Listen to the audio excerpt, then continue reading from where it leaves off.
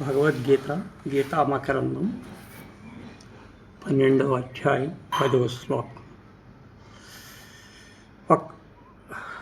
అభ్యాసేప్యాసమర్థోసి మత్కర పరమో భవ మదర్థమసి కర్మాణి కుర్వన్ సిద్ధమవాప్యసి.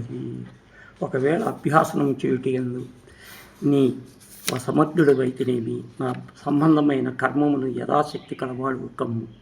అట్లు నా కొరకు కర్మలను చేయుచున్న నీవు మోక్షబుద్ధిని ఇంచచేయువు.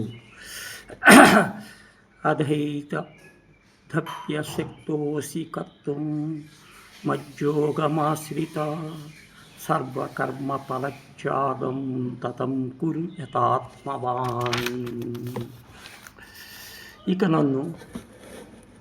ఇక నన్ను గురిచిన యోగం అవలంబించని వాడినవై దీనిని నాచరించుటకు శక్తుడు కానిచో అటు పిమ్మట నియమింపబడిన మనస్సు కలవాడిపై సమస్త కర్మముల యొక్క ఫలమును త్యజింపజేయును.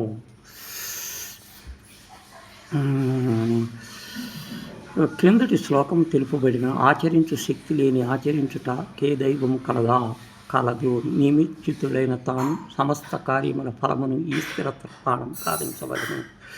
శ్రేయో హి జ్ఞానమభ్యాసత్ జ్ఞానాజ్ఞానం విశిష్యతే జ్ఞానకర్తఫలత్యాగాస్య గణత్వం.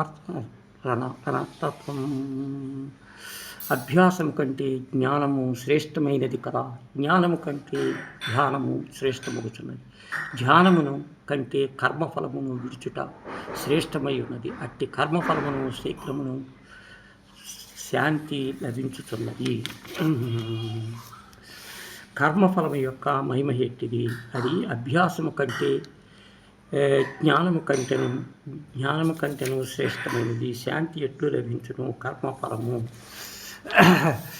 అద్వేష సర్వభూతానాం మైత్రం కరుణ ఏవ చ నిర్మమో నిరహంకార సమదుఃఖ సుఖక్షమీ నంతుష్టస్తతం యోగి యథాత్మదృఢనిశ్చయ మయిర్పమనో బుద్ధిర్వో మద్భుష్కమే క్రియా. సమస్త ప్రాణులు ఎలా ద్వేషము లేనివాడును, మైత్రి కరుణ కలవాడును, అహంకారముగు కారము లేనివాడును, సుఖదుఖములకు సమభావము కలవాడును, ఓదార్పు కలవాడును, ఎల్లప్పుడూ సంతృప్తితో కూడి ఉండువాడును, యోగయుక్తుడును, మనస్సును స్వాధీనపరుచుకున్నవాడును, దృఢమైన నిశ్చయము కలవాడును, నా యందు సమర్పించబడిన మనోబుద్ధి కలవాడును, నా యందు భక్తి కలవాడును ఎందుకలడో అతడే నాకు ఇష్టుడు. యస్మాద్విజో లోకో లోకానో ద్విజతేచ్ఛయ హరామర్ష భయోద్వేగుర్కై యస్వచ్చేగ్రప్రియం. నీ వలన ప్రపంచము భయమును పొందును. లోకము వలన ఎవడు భయమును పొందుడు. ఎవడు సంతోషము, క్రోధము, భయము, మనోవాక్యముల మున్నగునవి లేకుండాను అట్టివాడు నాకు ఇష్టము.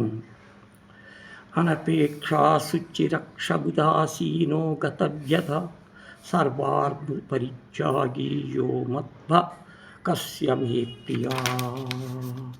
కోరికలు లేనివాడును, బాహ్యభ్యంతర శుద్ధి కలవాడును, కార్యసమర్థుడును, తటస్థుడును, దిగులును లేనివాడును, సమస్త కార్యములను కర్తృత్వం వదిలినవాడును, నా యందు భక్తి కలవాడును ఎవడు కలడు అతడు నాకు ఇష్టము. యో నాయశ్వద్దేశిచ్చరి కాక్షతి శుభాశుభ పరిత్యాగి భక్తిమాన్యసే ప్రియా.